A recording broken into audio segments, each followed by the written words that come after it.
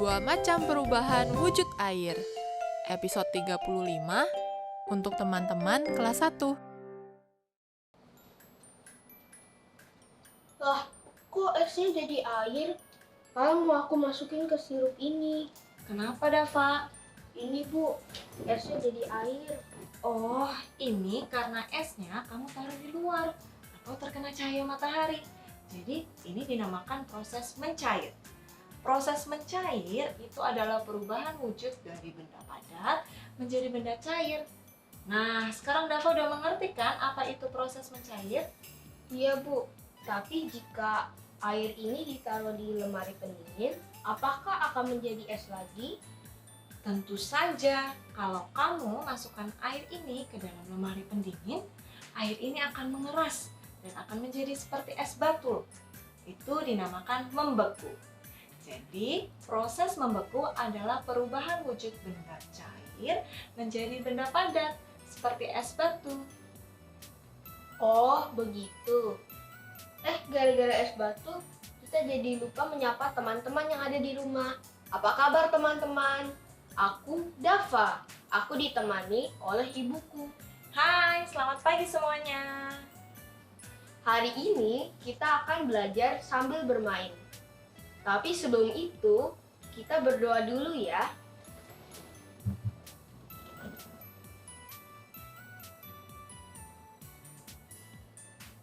Amin. Oh iya teman-teman, hari ini hari apa ya? Betul, kalian pintar sekali. Teman-teman, sebelum kita mulai belajar, kalian jangan lupa ajak ayah, ibu, atau kakak kalian untuk mendampingi kalian. Seperti ibu mendampingi aku. Oh iya Bu, aku mau baca cerita. Boleh tolong temenin aku membacanya?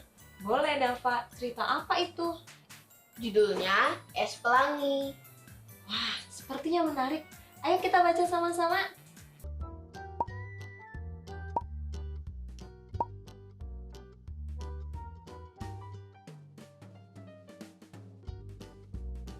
Es pelangi. Ibu mengajak Nani pergi ke pasar.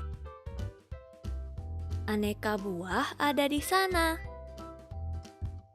Nani gemar makan buah-buahan. Ibu membeli buah-buahan kesukaan Nani. Nani ingin makan buah-buahan, Bu. Seru Nani girang. Baiklah, namun sebelumnya bantu ibu dulu, kata ibu. Ibu membuka buku resep. Apa yang akan ibu lakukan? Tanya Nani. Ibu akan membuat es pelangi, jawab ibu. Ayo Nani, perhatikan dan bantu ibu membuat es pelangi, ajak ibu. Baik Bu, Nani senang membantu ibu, jawab Nani gembira. Ibu dan Nani bekerja sama membuat es pelangi. Satu persatu buah-buahan dihaluskan. Lihat, buah-buahan berubah bentuknya menjadi cair, kata ibu. Simpan di wadah ini, Bu, kata Nani menyodorkan sebuah wadah. Selanjutnya, ibu menuangkan cairan buah ke dalam cetakan es. Selapis demi selapis, cairan buah dibekukan ke dalam lemari pendingin. Nani memperhatikan dengan seksama. Warnanya seperti pelangi, indah sekali, seru Nani. Nani mesti bersabar. Tunggu hingga semua lapisan buah ini membeku, kata ibu. Asiknya makan buah-buahan berbentuk es, pasti enak, seru Nani. Setelah beberapa jam, es pelangi telah membeku. Nani sudah tak sabar ingin mencicipinya. Ini dia, es pelangi buatan ibu dan Nani. Seru ibu gembira. Ibu dan Nani mencicipi es pelangi dengan lahap. Anak-anak pasti suka makan buah seperti ini, kata ibu. Ya Bu, es pelangi segar, ada rasa manis dan asam. Enak sekali, kata Nani. Nani mengajak teman-temannya menikmati es pelangi. Ternyata teman-teman Nani menyukai dan mau membeli es pelangi. Nani, aku mau membeli es pelangi. Enak dan segar, kata teman-teman Nani. Nani senang teman-teman menyukai dan mau membeli es pelangi. Es pelangi habis terjual dan Nani mendapatkan uang. Uang yang terkumpul sebagian akan Nani tabung, kata Nani. Tabungan Nani semakin banyak. Ibu mengajak Nani pergi ke toko buku. Nani senang membeli buku kesukaannya. Wah, tamat. Seru sekali ya Bu ceritanya. Betul, Dava. Nah, kamu lanjutkan belajarnya ya. Ibu mau kembali ke dapur. Emangnya Ibu mau membuat apa di dapur?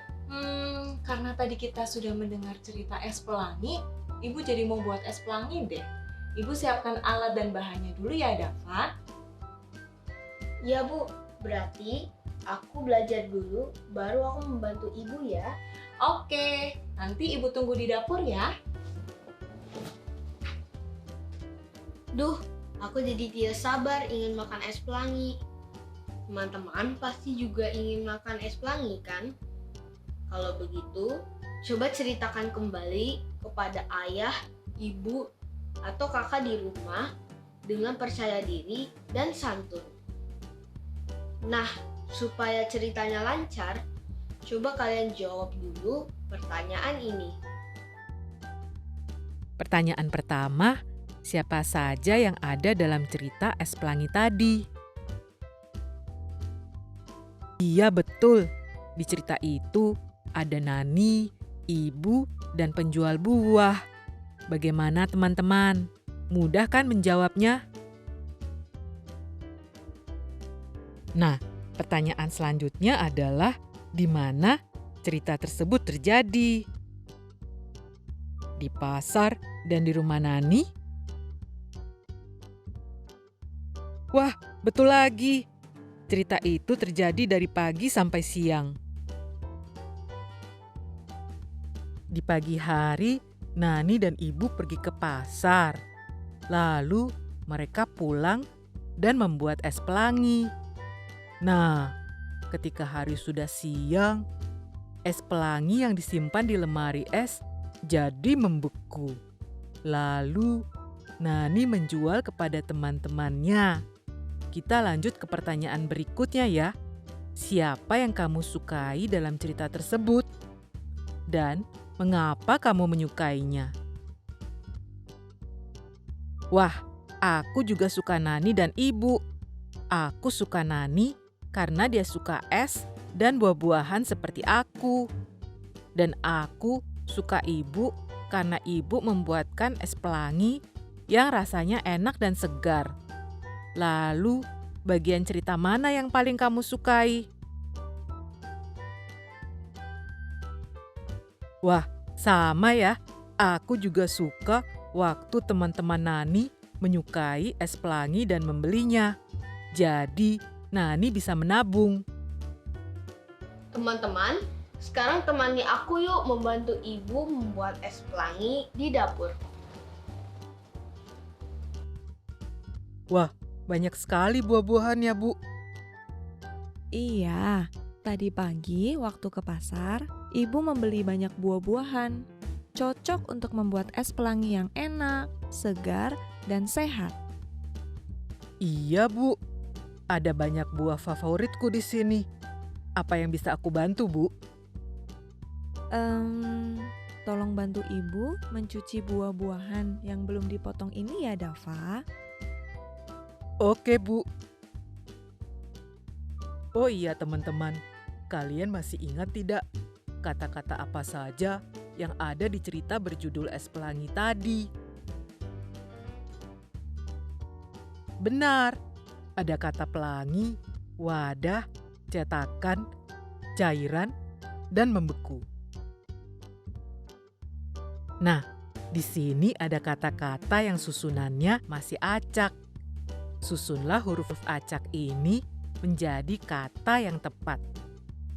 Seperti di contoh nomor 1, huruf yang acak disusun menjadi kata pelangi. Untuk menjawabnya, coba kalian kerjakan di buku tugas kalian ya. Selamat mengerjakan. Aku membantu ibu dulu ya.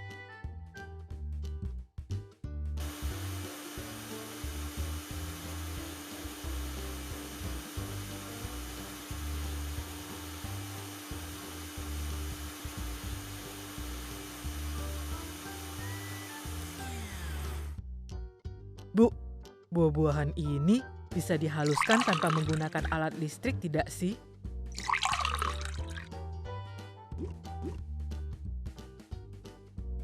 Bisa, Dava. Untuk buah yang lunak seperti buah naga, pepaya, dan pisang bisa dihaluskan dengan sendok. Oh, jadi bisa dong kalau kapan-kapan aku bikin sendiri tanpa bantuan ibu. Memakai alat penghalus listrik ini kan harus ditemani ibu. Betul, kamu boleh membuat sendiri kalau tidak menggunakan alat penghalus listrik. Sebaiknya, kalau adik-adik di rumah ingin membuat es pelangi dengan menggunakan alat penghalus listrik, minta ditemani orang tua ya. Selesai deh. Sekarang kita masukkan ke lemari es supaya membeku dan jadi es pelangi.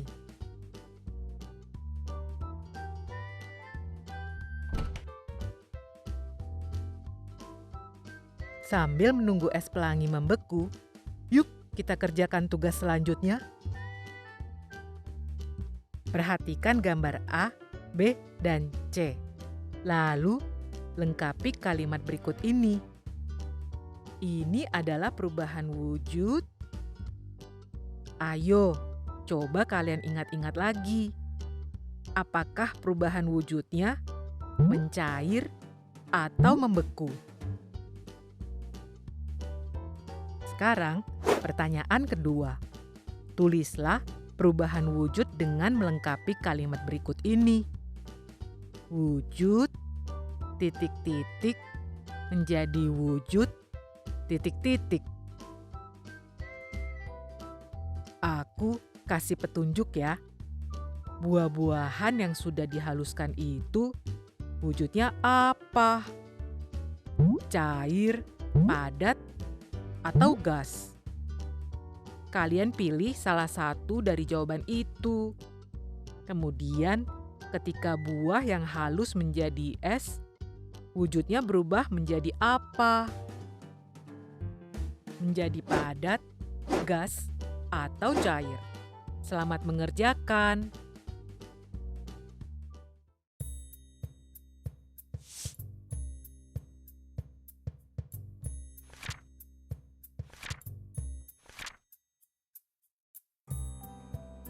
Aku, kamu, kita suka, sudah. Teman-teman, selagi menunggu buah-buahan tadi membeku menjadi es pelangi, aku sedang latihan membaca 5 kata. Kalian juga jangan lupa berlatih membaca 5 kata ya. Bacakan dengan suara nyaring seperti aku tadi barusan. Sekarang kita membaca cerita tentang perubahan wujud air yuk. Teman-teman, tadi kita sudah membuat es pelangi bersama ibu. Kenapa ya es pelangi yang tadinya berbentuk cair bisa berubah menjadi es yang padat? Sama seperti es batu ini. Tadinya es batu ini berbentuk cair. Kemudian berubah bentuk menjadi es batu yang padat. Apa yang terjadi jika air dibekukan di dalam lemari pendingin? Air yang dibekukan akan berubah menjadi es. Karena pembekuan itu, wujud air mengalami perubahan. Wujud air berubah dari cair menjadi padat. Perubahan wujud ini disebut membeku. Lalu, apa yang terjadi jika es batu dibiarkan di dalam gelas? Es itu akan mencair. Karena pencairan itu, wujud es mengalami perubahan. Wujud es berubah dari padat menjadi cair. Perubahan wujud ini disebut mencair.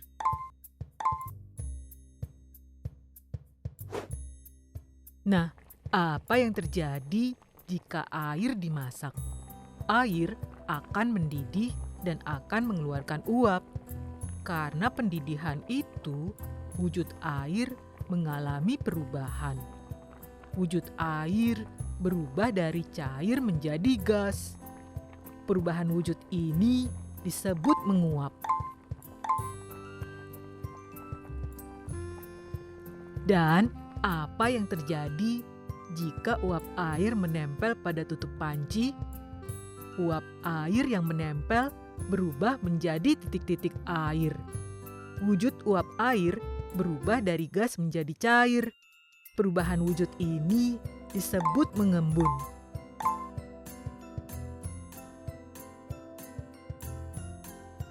Gimana? Setelah mendengar cerita tadi teman-teman sudah lebih paham kan?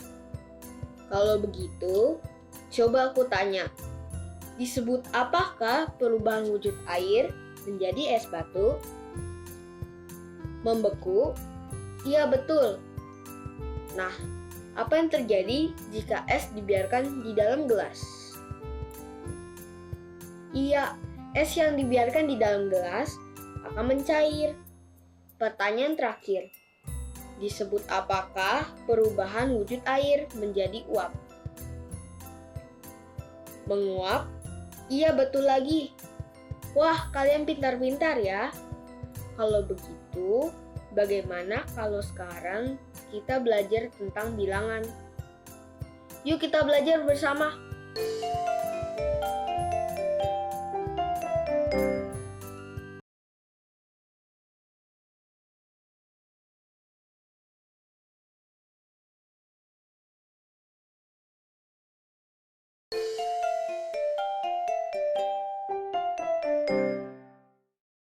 Teman-teman, sekarang kita akan belajar memperkirakan hasil penjumlahan dua bilangan menggunakan bilangan yang terdekat.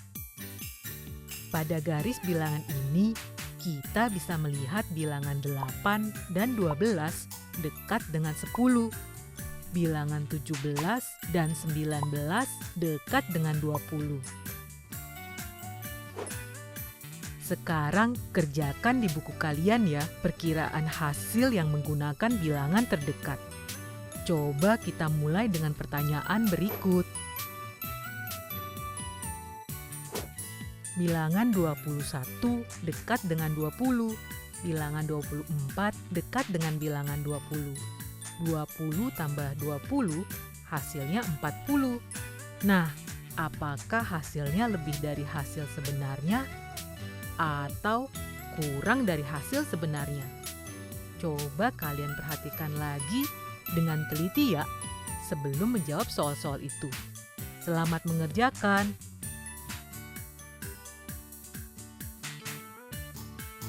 Siapa yang suka main air? Wah, sama dong. Aku juga paling suka main air. Tapi yang lebih asik itu bermain sambil belajar. Sekarang aku mau mengajak kalian menghitung berapa gayung air yang ada di ember ini.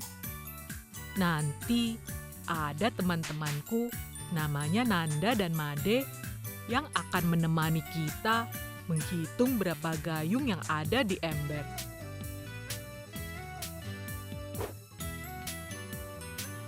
Air pada ember A lebih banyak daripada ember B. Air pada ember B lebih sedikit daripada ember A. Air pada ember A lebih banyak atau lebih sedikit daripada ember B? Air pada ember A lebih sedikit 2 gayung dibanding dengan ember B. Ember A diisi 6 gayung lagi. Berapa gayung air pada ember A?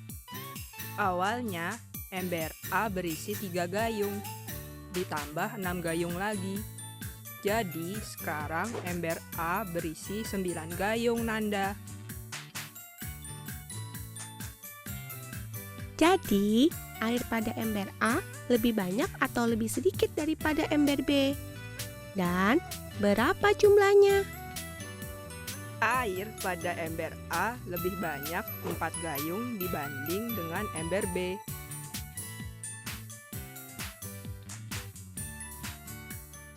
Kalian sudah lihat percakapan teman-temanku Nanda dan Made kan? Sekarang coba amati dan catat berapa banyak air yang digunakan orang tuamu untuk memasak selama 5 hari. Beri tanda centang pada satuan tidak baku yang kamu gunakan selama 5 hari pengamatan.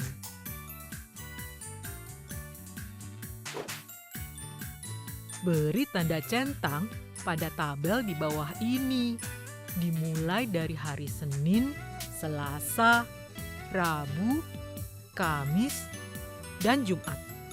Perhatikan juga waktu memasaknya ya. Apakah pagi, siang, sore, atau malam?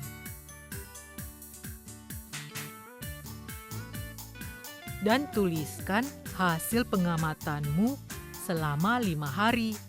Berapa banyak air yang digunakan? Selamat mengamati ya teman-teman. Dava, kok kamu malah main air? Katanya mau mandi. Hihi, iya Bu, ini juga mau mandi kok. Aku mandi dulu ya teman-teman. Es pelanginya enak sekali. Rasanya segar, manis, dan juga sedikit asam karena ada buah-buahannya. Iya Dava, kapan-kapan kita bikin lagi ya. Makasih Bu sudah membuat es pelanginya. Sama-sama sayang. Teman-teman, jangan lupa ucapkan terima kasih kepada orang tua yang sudah menemani kalian ya. Oh iya, jangan lupa diisi lembar refleksinya. Sampai ketemu besok bersama aku, Dava. Dadah!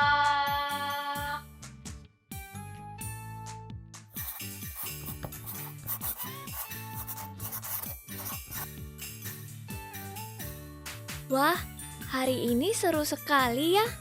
Kalian ingat kan tadi kita belajar apa saja? Kita sudah belajar tentang perubahan wujud air. Tadi kita juga membaca cerita berjudul Es Pelangi dan membantu ibu membuat es pelangi. Lalu kita juga sudah tahu cara menghitung 2 bilangan terdekat dan juga menghitung jumlah air di ember bersama Nanda dan Made. Wah, seru banget ya. Senang deh bisa belajar bersama teman-teman. Jangan lupa latihan di rumah juga ya teman-teman, supaya kamu semakin pintar. Sampai jumpa.